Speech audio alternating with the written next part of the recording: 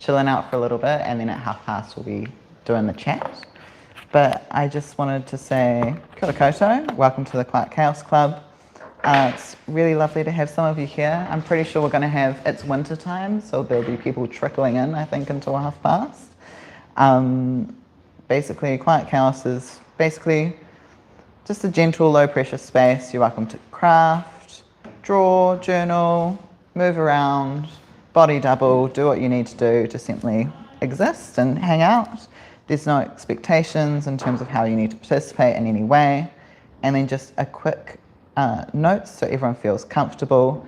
Moving and stimming is completely welcome here. I will be doing that probably during our chat and while we're doing stuff, so that's all good. And if you need a break, feel free to step away and return whenever you like.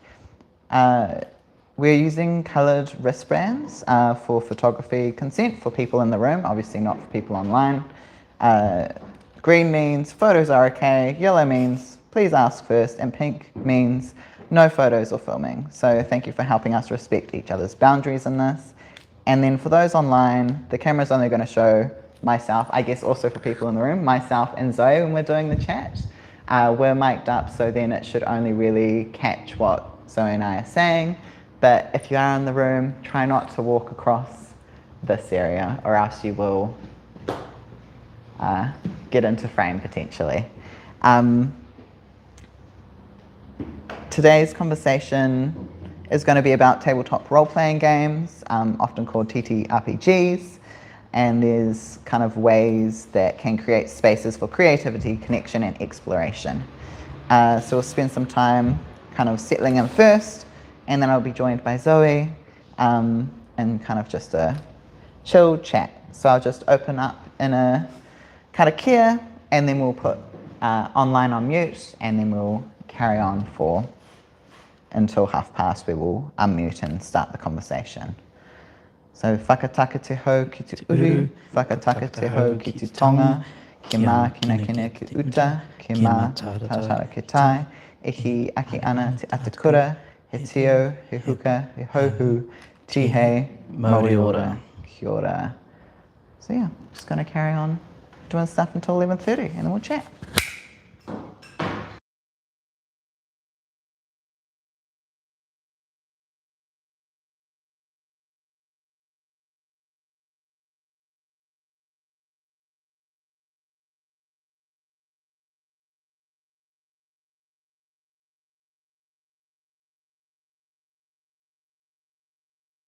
Yes, I am now. Hello. Hello. Oh gosh, this is weird. The mic just doesn't like me. All right, we have a PA system, so you can kind of hear us. It's not too loud, eh? No. All right, beautiful. Kia ora koutou. I am Nick. I am the host today.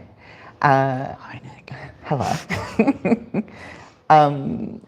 So essentially what we're going to be doing today is I have my lovely guest Zoe, who will get her to introduce herself in a moment, but talking about like TTRPGs, so tabletop role-playing games. So we'll end up kind of on the subject, but like as always, we'll probably go off the rails. I love a train pun. Where we might go other places. So there'll be I just love trains because I'm autistic. Yeah. Thank you. Autistic and trans. Yeah. Autistic. So I'll introduce myself. Kia ora, I'm Nick. I use they, them pronouns. I live here in Tamaki Makaurau. I live out west with my spouse and my two greyhounds, Misty and Bowie. They're lovely. They wish they could be here, but they're too much chaos, so we didn't bring them. They're loud chaos. They're loud chaos. They love a cuddle, but they love people. So in a new space, new people, it would be all you could hear. So Zoe, do you want to introduce yourself? Sure. Tēnā koutou, ko Ingarangi te whakapaparanga mai, ko Belmont te whenua tupu, ko Avondale te kāinga, no Tamaki Makaurau ahau, ko Zoe Williamson tōku ingoa. Kia ora, I am Zoe. I keep wanting to split my attention between the room and the camera. Do you have a preference?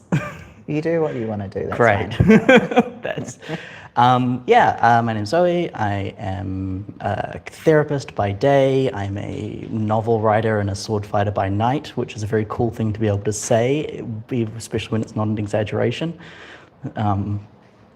I've been a therapist for, depending on how you define being a therapist, I've been being a therapist for my friends for my entire life. I've been being a therapist professionally for about 4 years now. I've been playing role-playing games since I was 14, which was 17 years ago. Oh my God, that's over half my life. Holy shit. Nice. And then, great. So we're going to jump into the chat. But if you have any questions while we're chatting, there's a Slido link. There'll be a Q&A section at the end. Also, at people in the room, you can put your hand up, but also Slido, if you're feeling like I don't actually want to shout that into the room, just chuck it in Slido and we'll organize it. And then also online, there'll be that Slido link as well in the description. So let's get into it. So how did you first get into like tabletop role-playing games? Like what was the thing that got you hooked? I was 14 and I was playing, at the time, 4th edition Warhammer 40k with some friends, and there was an older kid at school, his name was Tom, who was, it's always weird thinking back to like high school friendships and being like, well, he was so much older than us and an adult, and like we were 14 and he was 16. But I remember at one point we had gone over to his place to play 40k, and I really don't remember the specifics, but he had basically said, oh, hey, there's also this like other thing that's kind of like this, except you don't do miniatures, you just like roll dice for like the story. And he introduced us to Shadowrun 3rd edition, which, if you know anything about Shadowrun 3rd edition, is like giving somebody who's just gotten their driver's license like one of those like 200-ton industrial dump trucks to drive. Oh yeah, Shadowrun 3rd edition had a 470-page manual, 250 pages of which were dedicated to the magic mechanics. Sounds like a system I don't want to play. Yeah. One of the crunchiest systems I've ever played. Crunchy, for anyone who doesn't know, crunchy means number crunching. For any decision you were making, you would end up rolling like 15 to 20 d6. I don't know that we ever played that system properly. I think we got to a point where we're like, yeah, this is close enough. And kind of like homebrewed it a little bit. Yeah. So we played, God, I think back, we probably only played like 3 or 4 sessions of this game that my high school friend Tom was running, and I was like, my character was the like about as edgy a 14-year-old character as you can imagine. They were like an escaped human experiment with wolf DNA spliced into them that had monofilament claws. Did they wear a long leather jacket? Yes, they did. So yeah, that was kind of my first exposure to role play, and I adored it from the jump. And kind of played various other fits and spurts of like, I didn't actually play Dungeons and Dragons proper until I was in my like 20s, when 5th edition had come out, and then the manager of the cinema I was working at the time was like, oh, I want to put a game together. But yeah, so Shadowrun 3rd edition, then a game called Mouse Guard, which is kind of like Redwall, the role-playing game, except is way darker. Based on a series of comics. A lot of fun. Again, a lovely time playing it. Just kind of various versions of like role-playing games that only ever lasted about 4 or 5 sessions before something fell apart or somebody got bored, but stuck as a thing that I knew that I liked and enjoyed. And then when I was, oh God, maybe Yeah, no, it would have been about 21. Had moved out of home. The manager at the theatre I was working at was like, hey, come play this game with me. And then I fell so deeply into that pit that it has become a defining part of my identity in the last 10 years. Yeah, no, that's great. And I guess, like, I mean, I also play tabletop role-playing games. Yeah, with me, quite a lot. Yeah, with you, quite a lot. But yeah, how I got into it was a little bit later, but that was partly because I had watched a lot of content about like to name it, like Critical Role and other things like that, and having gaming channels play like D&D and realizing like, oh, this is something I'm really interested in. And then it was only through meeting someone in like a Te Reo Māori course that they're like, oh, I'm playing D&D this week. And I'm like, can you please invite me? I'm like, if you need anyone, please let me know. I'll come along. And then, yeah. Well, this is how we met at our sword fighting club. I mean, yeah, that's it, yeah. Is I was looking for players for a new game and was struggling to find them, and you and your spouse had just showed up to the club, and I looked across the room and went, a pair of gay people. Yeah.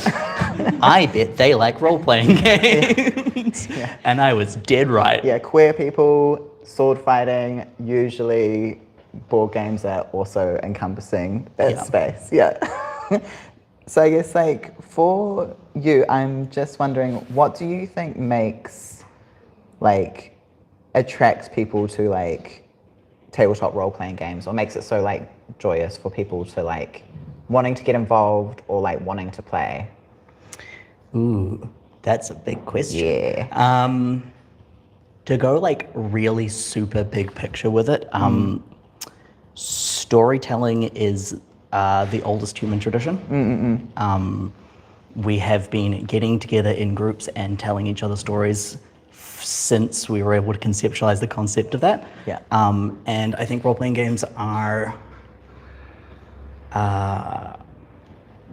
perhaps the most direct modern incarnation of that activity of everyone sits around the campfire and says, here is a wild thing that happened, how do we all feel about it? In a modern context, the fact that we can structuralize it, we can treat it as an activity, we can put it into a calendar, makes it a thing that can be slotted in around a world that doesn't super want you to just hang out with your friends and tell stories anymore. Yeah. But like the attraction of the ability for humans to be able to sit down and go, what could be, is incredible. It's one of the reasons that we are, for better or worse, what we are, is we have always been able to imagine what could be and what we want to be. And in role-playing games, the ability to sit down and go, well, I have to go to work in the office tomorrow, but for the next couple of hours, I can imagine what it would like to be like to slay a dragon, to... I don't think I've ever actually included a dragon in any of my role-playing games. I mean, not ones that I've been a part of. No, I include things like emotional devastation and... Yeah, you know. I think we just naturally tend towards this desire to tell stories with each other, and having some structure around that to represent, you know, fate and chance and chaos and... I mean, for a lot of people I know, you also get to be a little autistic about rule sets and how to understand them as best as possible. Putting my hand up as a min-maxer. I am a... And I do it because I love story. I love, if I am role-playing a character who is meant to be like the strongest person who's survived everything that's come at her, and my character sheet is not set up in a way that I can get into like a fight and immediately, like if that character who has like lived through enslavement and you know, survived purely through her force of will, then gets into her first ever bar fight and is like tapped on the back of the head by a random citizen and goes down, that feels bad. So I make my characters do what they're meant to do. Yeah. That came across as a little defensive. A little bit, but I get it. It's like you build your character in a way so it can accompany like how you're role playing that character as well, right? Absolutely. Yeah. So they might be like ridiculously good at some things where it's like, okay, they should be good at this, so this character sheet is going to make it so then they're good at that thing. And then there's other things that they might not be as good at. Yeah, if they get thrown into a situation where they have to talk nicely to the town mayor, we got into problems. Yeah. Quite quickly. So I guess kind of thinking about kind of going along and exploring and having fun with your friends, is that what keeps you coming back to these spaces? Yeah, I think so. I think it's the opportunity to connect with people, to be surprised by them, to tell stories that have meaning as well as are just fun. Yeah. I'm going to say tell stories so many times today, because that really is the thing that I keep coming back to over and over again, is that the ability to tell stories with your friends is one of the most fulfilling and connecting activities that you can ever do. Yeah, I love the game that we've been playing. It's on a little break now, but one of the reasons I keep coming back to that game over and over again is that we all just get to spend time together in a world and imagine together and build together, and that creative process and that engagement is deeply, deeply filling on a soul, human level. Yeah, and I find like in the previous, though I've been playing with you for a while now, in the previous group I played with, we played for like the same campaign for about 2 years, and then would get into a group and there'd be other people also at the hangout, but then would end up talking about like these grand adventures we'd all been on, but it was very much in this world of, role play and make believe and imagination but somehow really bonded us together as like a group. It was like really nice and caring, and yeah. And I might be about to preempt forming sentences. To preempt possibly one of your next questions is the space to explore who you are and the ideas that you want to be true about the world. And I know I was role-playing as a woman a long time before I actual played as a woman. Thanks for that snort, thank you. Yeah, I know a lot of people have found themselves that way, and I think that microcosm of the world, the way to the chance that you get to be somebody else is a really powerful experience. One of the reasons I keep coming back to role-playing games is I like making my friends feel things. Yeah. Sometimes feel things too hard, but that's okay. I keep signing up for it and I keep enjoying it. I feel like I do a good job of You do a very maintaining good emotional job. safety. Yes, you do. You do a very good job. Because I'm a therapist. Yes, it's almost like you have the skills for that. Yeah. Yeah, I guess like within like tabletop role-playing games, it does let you like have fun and try things out and kind of experience stuff that necessarily the environment you're in outside of that space isn't necessarily allowing you to do that. Or if you're like just trying to figure stuff out or work through things like those, being able to do that with a bunch of friends is often very fulfilling. And then also, just trying to test it out before you go then take it into real life world. Yeah, you get to soft drop, you get to go, well, it's my character being called she, her. Yeah. Obviously, I don't have to internalize how that feels right now. Even though you do, even though that's what's happening. Yeah. I got around about the time, I don't know if you were running a Strahd game around about the time that I was actually transitioning, and my character at the time was a like cranky old man who was in the process of being taken over by like an incredibly like seductive, high energy like fire demon who was definitely also a woman. Yeah. And I was like, there's no metaphor here. This is just a fun storytelling thing. Yeah, I think it's sometimes when you're like, I'm like really keen just to like figure out like, I'm gonna play like a completely different to what I play in, also in real life. I don't know.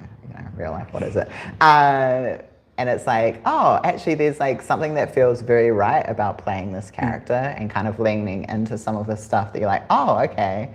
And then it starts scratching at your brain. You're like, maybe there is a reason why I picked this particular thing or like picked this particular type of like scenario to play out to really test how I felt about it rather than being it all internal, I guess, and then putting it in a space where that is safe to do that. I have a really strong memory of our friend M, who typically runs a one-shot every Christmas that's Christmas themed. Yeah. And this would have been about 3 or 4 years ago now.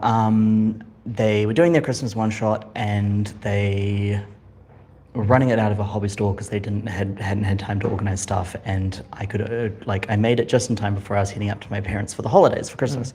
And they were like, it's no combat, it's purely role play. Just bring whatever you want. I'm like, oh, okay, character, no combat, role play. Mechanically, I'll make something that's like just super high charisma. And then what's a really like high charisma character, a trope that I can grab to be able to pattern this on? And it's like, oh, the femme fatale, the film noir, the red lipstick and the very empowered in her own sensuality. So I showed up with this character and played the game, and it was really fun getting to just sort of really lean into that really high feminine, very confident in herself energy. And I was like, what a wonderful game. Okay, time to go to my parents. And the whole fucking 2-hour drive to my parents, like, I've forgotten something. What have I left behind? I know there's something I feel like I should have been bringing with me, and I can't quite think of what it was. And then 2 years later, I'm like, oh, I left behind the version of myself that I wanted to be in the game store, and now I'm thinking about it for hours later. Yeah. Many such cases. Yes. So I guess like kind of tilting into you being like a games master or dungeon master within like that kind of space. Like what helps a table, I guess, feel welcoming and accessible, particularly for a bunch of different people that can be like neurodiverse, queer, figuring stuff out. Like how do you make that space so then people are able to kind of experiment or try things out in that way? Is there anything that you do or think about? Yeah, I'm a real firm believer in the above table discussion. If you're putting together a new group, if you're starting a new game, if there's a new character joining, spend the first part of your session, or ideally even like the session 0, going, what do we want out of this? What is the tone we want to set? That's a really big one for me. Is agree on the tone. If you have a conversation with all of your players and you say, what do we want this game to be? Do we want it to be, high action slapstick comedy? Great. We all know that that's the expectation. And if you've showed up with your character who's sitting in the corner going, I have no friends, darkness is my only ally, you're like, okay, you can lead that into being really goofy and fun and the Batman of the group. Sure, absolutely. But if every interaction, you're like, I kill the orphans. You're like, oh, sure, okay. So like that set tone and expectation of tone ahead of time. Not to say that then means that your game cannot contain other elements of that, but just completely. That like everyone is working together towards this kind of group understanding of the thing that you're building together. Another thing that I find very important to do is, depending on like whatever version of a safety tool you want to engage in, I tend to, I don't actually tend to use like a literal safety tool. Like I don't really have like an X card on the table or like a lines and veils. I do my best to make sure that there is the culture built into the group of people playing, that if something comes up, the ability to talk about something coming up or to just put your hand up and say, actually, hard out of that one, will be accepted as a group. But that's because I've played with the same like 5 or 6 people pretty much exclusively for a few years, so we have a really shared language about what that's for. Safety tools are a really, really good way to shortcut that. If you have the X card, if you have the lines and veils, you don't have to be the person sitting at the table going, oh, this is making me really uncomfortable, but I don't want to be the person interrupting it. There is a structured system for you to engage with there. The converse of that is, as a person running a game, you should have conversations with your players. And say, what do you not want to see? What are the hard lines here? I always, at the start of every game with every new group of people, say, If you need to tell me separately, absolutely. But right now, as we're all talking, what are things that people just fully hard don't want to hear about in this game? And like, there is room in roleplay for challenge. I ran a reasonably long game for you and some of the people that was about how people process grief and loss. It's about how you live with that and the decisions you make. Yeah. And like, I said that to everyone going up front, and I said this campaign will have some hard themes and maybe push you into some emotional places, and like, what are things you like really hard don't want to have to face? And I did that, and then all of you brought the most self-insert characters I've ever seen in my life. So yeah, that talk to your players, get your players to talk to each other, encourage an environment where people are not going to be shunned or scorned or critiqued for having lines. Yeah. Set your tone. One rule that I have at every table that I play at, which I wish I could see more often. I understand that it's not always the place for every story, but man, I find this so useful, is player versus player antagonism is by consent only. It solves so many of the problems that you see in the cliche, like, our rogue won't stop stealing all of our loot from us, or the murder hobo keeps starting fights, or what it like. At my tables, hard rule up front: if you want to take an action that is either directly or intentionally antagonistic towards another player, you have an above table discussion about it first. Yeah. In one of our games, there's a character who has like a satchel that he's super, super protective over. And that's a perfect example of like, everyone else has been like, what is in the thing? We want to know what's in the thing. But there was an above table discussion. The player with that character said, this is a thing that like is super important to my character and will show up in the story as important when it's meant to. Yeah. And it's important to me that that is not like punctured early by somebody being like, oh, I sneak into his room and have a look inside. Yeah. And even though I really wanted to do that, but we had the conversation. But then the counterpoint to that is to one of the other players' characters was being like super suspicious, and that same wizard with the satchel was like, I want to scry into his dreams. I want to get inside his head and see what's happening in there. And so we turned to Lawrence the player and was like, how do you feel about that? And he's like, fuck my shit up. Yeah. Get in here. Yeah. I'm being suspicious because I want you to get in here. Like, and that like, there is a degree to which that might blunt the edge of some shocking reveals, but like, that's the price you pay for having a table that does not hate each other after 5 sessions. Yeah. No, I agree. When I occasionally run things, it's like, having conversations with players about like, hey, this is how I'm thinking I might run this game. What are our thoughts? Like when I did Curse of Strahd, I'm like, hey, Curse of Strahd, real dark.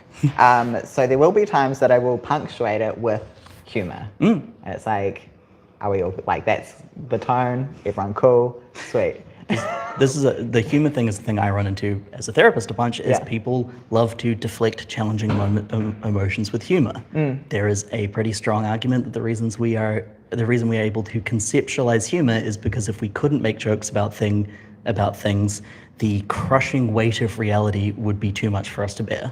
Like, how do you hold the concept of death? How do you hold the concept of the fact that you're one amongst billions if your brain can't look at that thought and go, Yeah. And so, like, in therapy, one of the things that I often have to do is challenge people to be like, hey, you are deflecting with sarcasm, you're defending with humor, like, let's work past that. But, like, in a role-playing setting, the fact that you deflect into humor is a very natural part of the way that humans process challenging things. And you don't have to be, as a DM, be like, no joking, this is serious. Yeah. Because what your player is telling you is that they're uncomfortable. Yeah, exactly.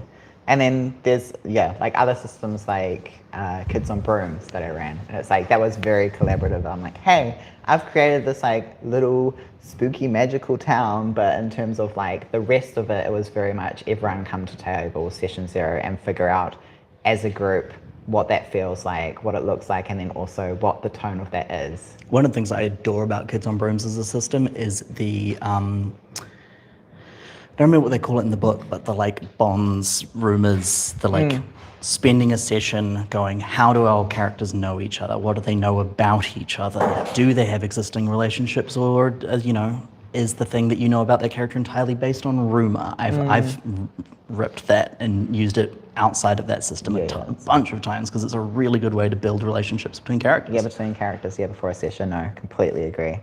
Are there things that you have seen within, like, we play together in that, but it's like, are there certain communities that really attract, like from my experience,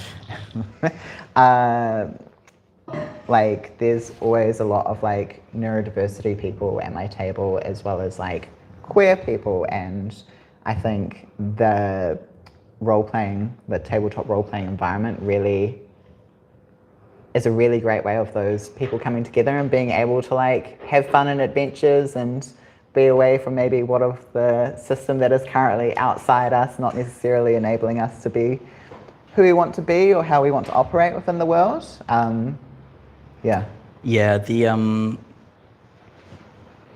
There's a real attraction in being like, actually the Dark Overlord is vulnerable to being stabbed with a sword. Yeah. No, I can't make that joke.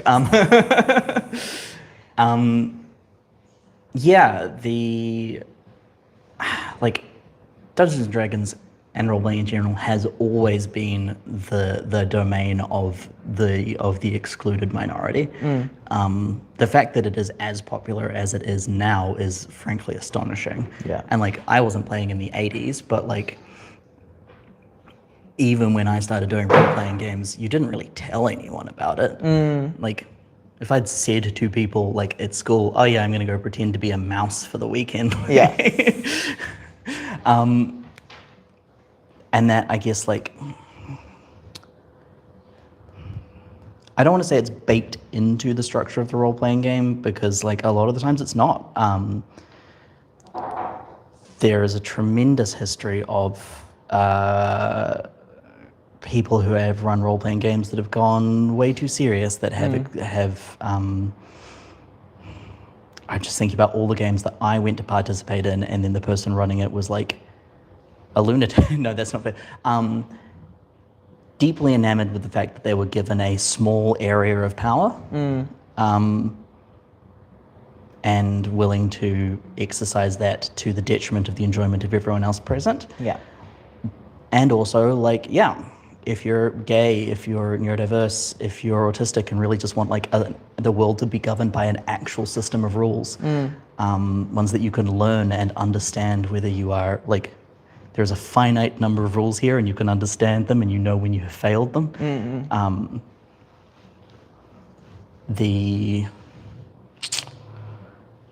Speaking of being neurodiverse, ADHD just robbed the hell out of the rest of that sentence. What did you ask me? I've kind of forgotten. That's right. I think it's just like with certain like communities, is there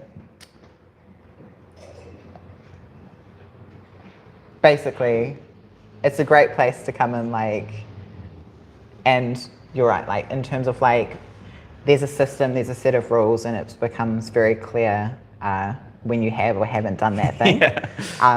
To some people that is very comforting. And it's like, okay, I understand how I can play within this space. And I'm not, there's no real stakes, I guess, in terms of being able to play and, experiment or do things with your character that might mean they might perish, but I think also, like, in terms of I guess queerness, the ability to I hesitate to say that obviously with a lot of modern role playing, we're in the middle of a golden age renaissance of role playing at the moment. I mean, there are more systems, there are more people writing systems, there are more people playing games than like ever before. There's a whole thing about like D&D being 80s nostalgia, which I think largely comes from Stranger Things. Yeah. But like this is the most popular D&D has ever been by like a exponential factor. So in a lot of like systems that are being created now, there is diversity baked into the way that the system is written or the way the rules work or the setting. I don't necessarily want to give a lot of credit to that being historically always the case. Early D&D is so racist. Like first and second edition, even up until really even fairly modern D&D has orc bad, orc morally evil, and elf good, and let's not think too hard about the stereotypes Tolkien was embodying in those creatures when he was writing them. But when you show up and you go, I want my character to be a girl this time, or what if my hunky male fighter was into the prince?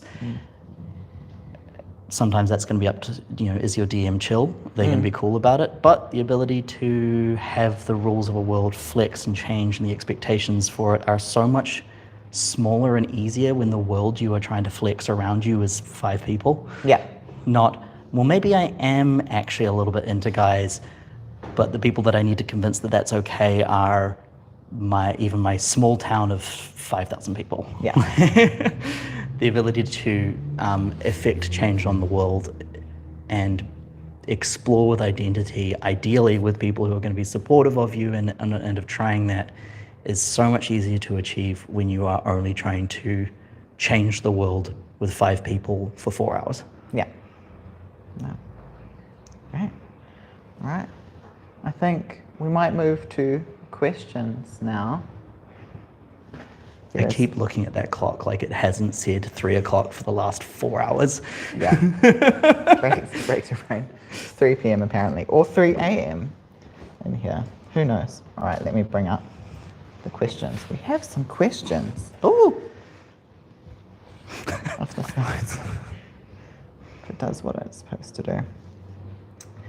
And kind of touching on, obviously, you have a lot of therapeutic knowledge and experience. Is there anything you kind of, other than what you've already mentioned, that you kind of bring into the space when you're running or playing in tabletop role-playing games?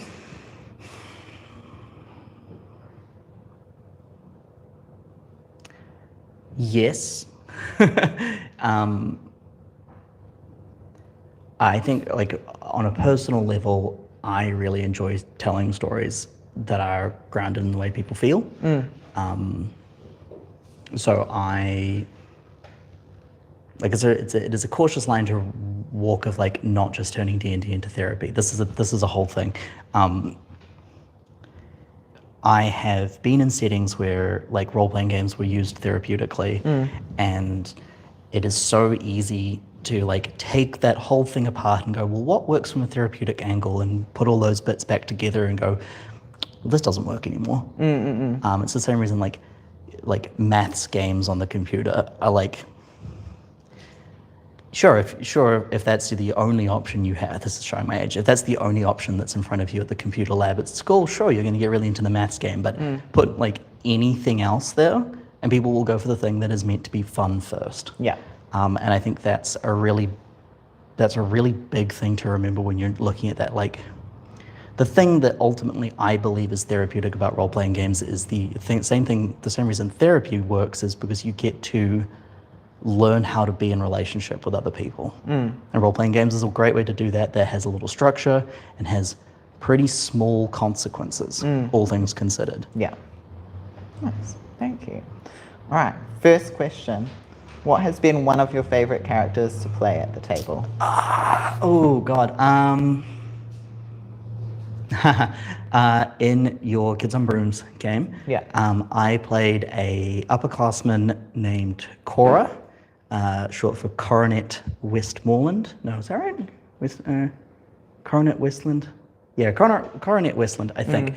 But her name was Cora, and she was 20, and she was going to Ravenwood, which is Ravenwood Magical Academy, Ravenwood Academy of Magic, because the sports mascot was a ram. Yeah.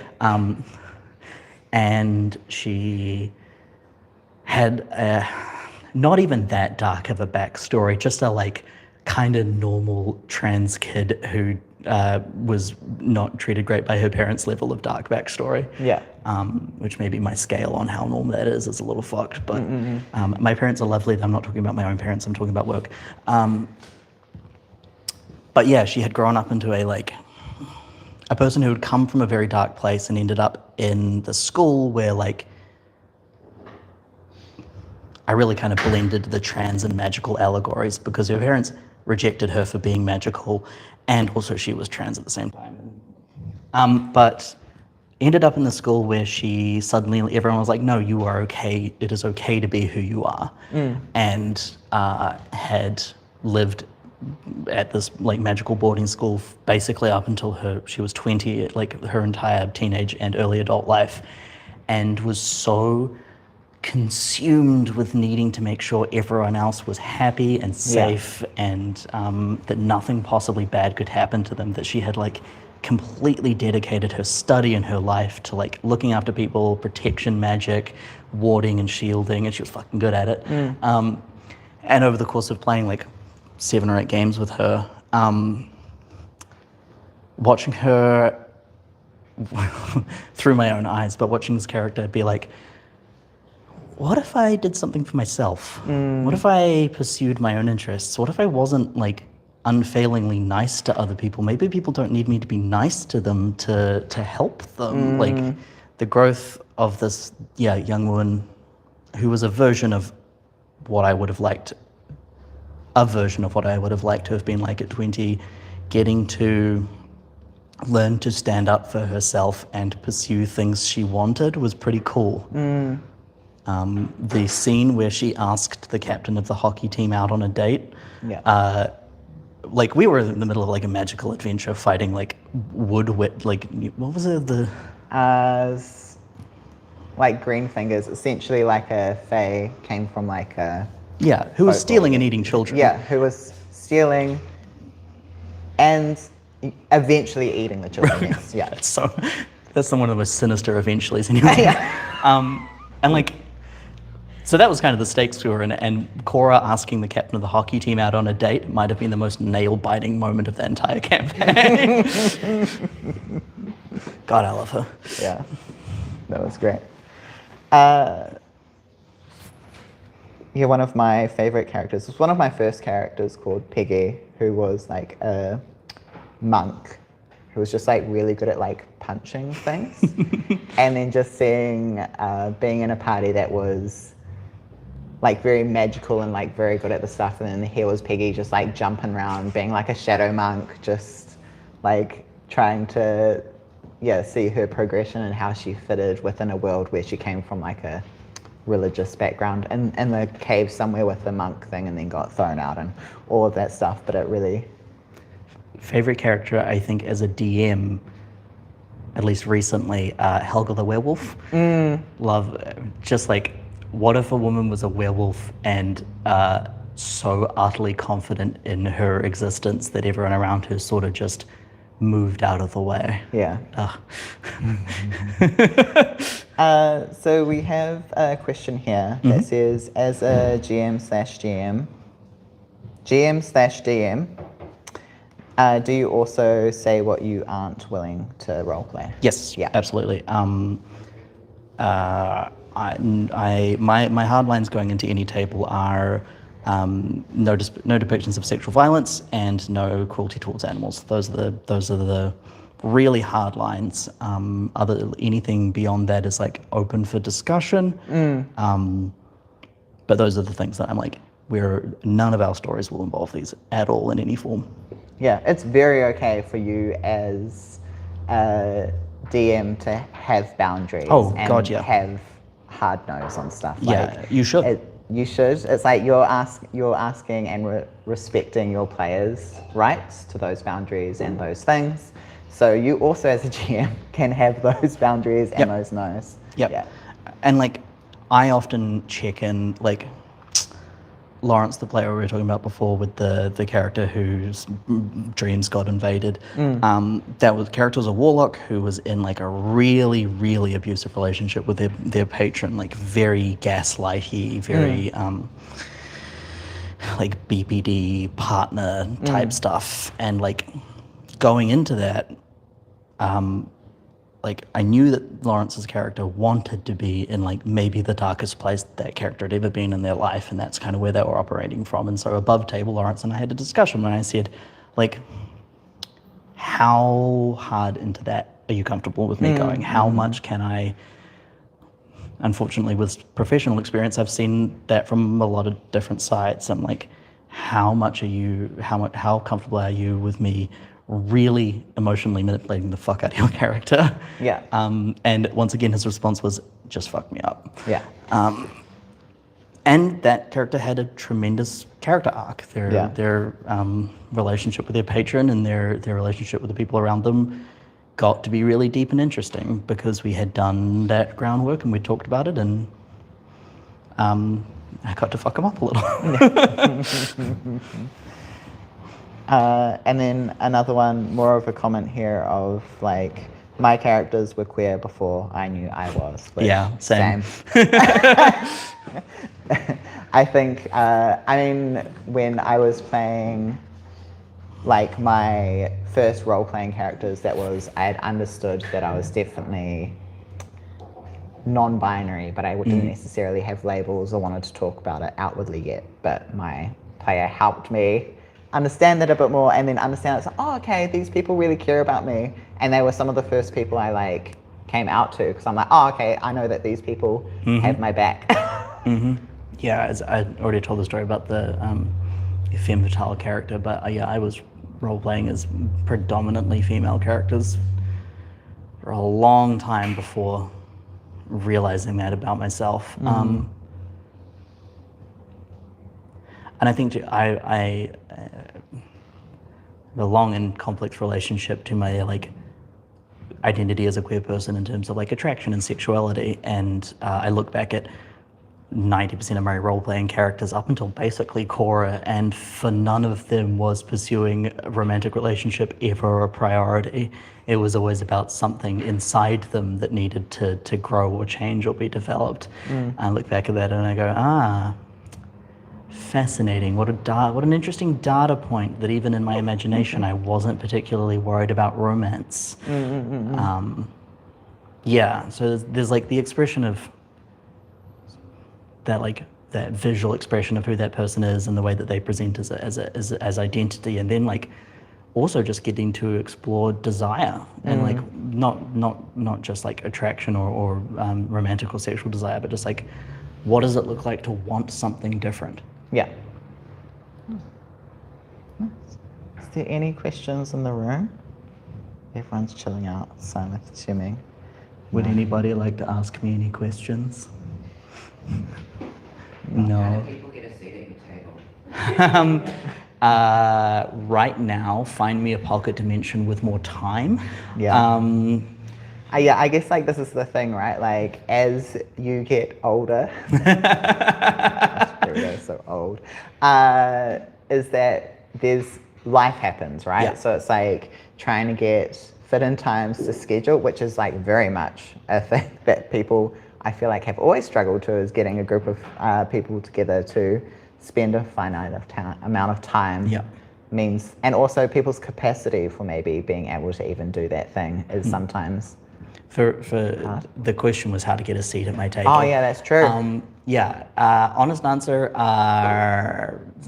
find me a way to have more time.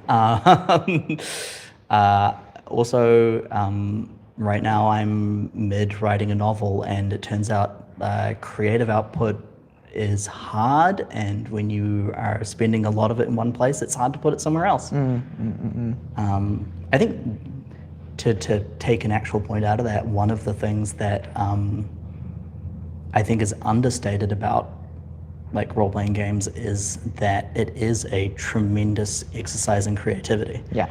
Obviously, I don't want to say understated because like obviously role-playing games are tremendously creative, but I mean in so much as like it's not just show up and imagine things with your friends for an hour or for a few hours, but there is so much that like the cognitive activity of imagination is a lot of work. Yeah.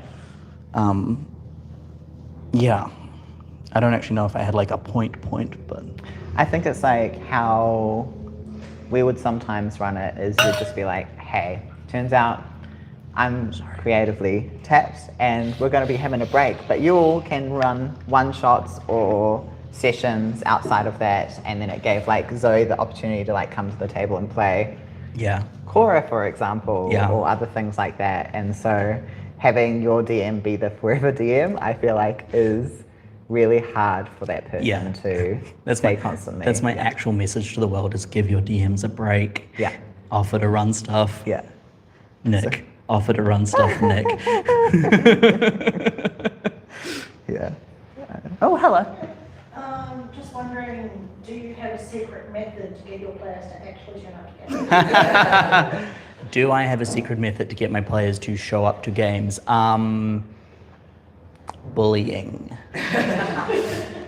I think it's like also, it's like, hey, it's going to be potentially a couple of months on this storyline. Like, you're kind of signing up for that if you're signing up. And this is like the frequency that we're going to be meeting, all of that stuff. And, you know, stuff happens and where, you know, people get sick or whatever, that it gets postponed. But it's really much like having the conversation of what is going to be happening within the world and the boundaries. Like, okay, what is logistically what that's going to look like? Because we have some people that show up every now and again, but that's because that's their capacity for showing up in spaces. Actual answer is I will, at the start of a game, and part of the reason that our game's a little bit on hold is I got my maths really wrong this time, but at the start of a campaign that I want to run, I know myself well enough to know that if a campaign is more than about 6 months long, my brain will swap to something different. So I try and tell the story that I want to tell in that space.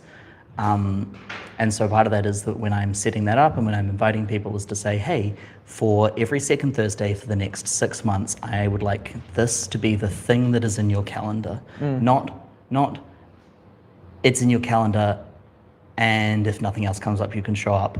It is the thing that's in your calendar every second Thursday and somebody goes, oh, do you want to come to this show on Thursday? You go, sorry, I have D&D. Yeah. Obviously with exceptions like, you know, having to go look after a family member. Yes, yeah. Don't be too dictatorial about it. But it's like, set clear expectations about the timeline and the schedule and ask people to respect the time that everyone else is putting into it. Yeah. The true final boss of D&D is always scheduling. Scheduling, yeah, it is definitely one of the things. All right. So we're going to kind of like gently close. Did you have any final remarks that you've been percolating on through those questions or through our chat? Yes, I do. I do a lot of my professional work with young people, like 15 to 21-ish. And a thing that has come up a couple of times with young people who are interested in perhaps getting into role-playing games from the perspective of either finding community or getting to exercise themselves creatively is this idea of being ready, of being able to show up to a group fully formed, to be, you know, having your whole character backstory prepared, knowing all the rules ahead of time. Man, if I could, like, genuinely, if you want me to give like a solid finishing message, don't try and be ready. Just show up. Yeah, just show up. Yeah, usually people at the table that are more experienced are fully on board with like sharing and bringing that person in.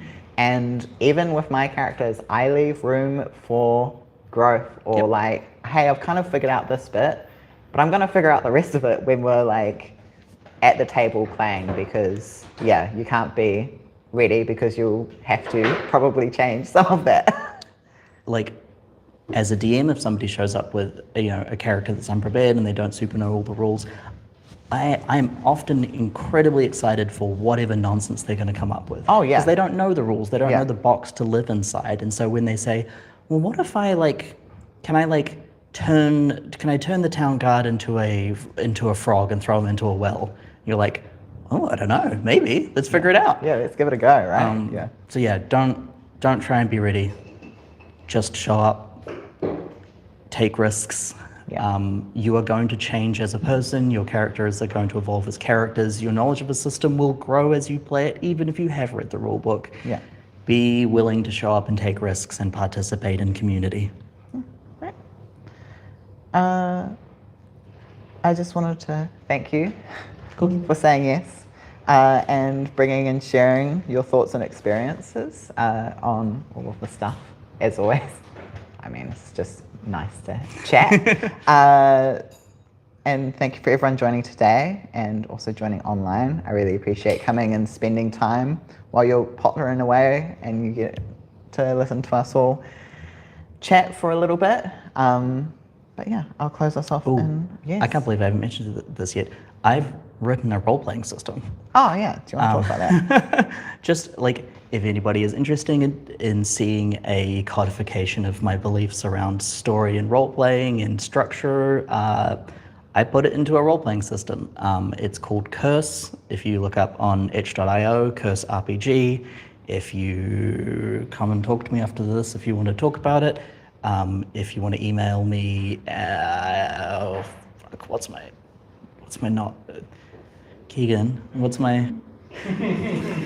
he's looking very panicked that I've just asked. Oh, That's right, I've remembered. It's badswordcompany@gmail.com. All right. Thanks. Yeah. Sorry? That email wasn't already taken. I'm genuinely a little shocked that it wasn't. Anyway, yes, Curse RPG. It's free. You can have a look through. It is how I think, or how I run my games, jammed into a rule set. Great. Thank you so. All right, we'll close off in Karakia and then we'll stop the live stream. So, unahia, ki te uru tapanui, ki wātia, ki mama, tēnā ako, te tinana, te wairoa, i te aru takatai, ki rā e rongo whakakaere, ake ki rongo, ki tīna, hui e, tai Tai kia. kia. Thank you all for being here and kia ora. Kia ora.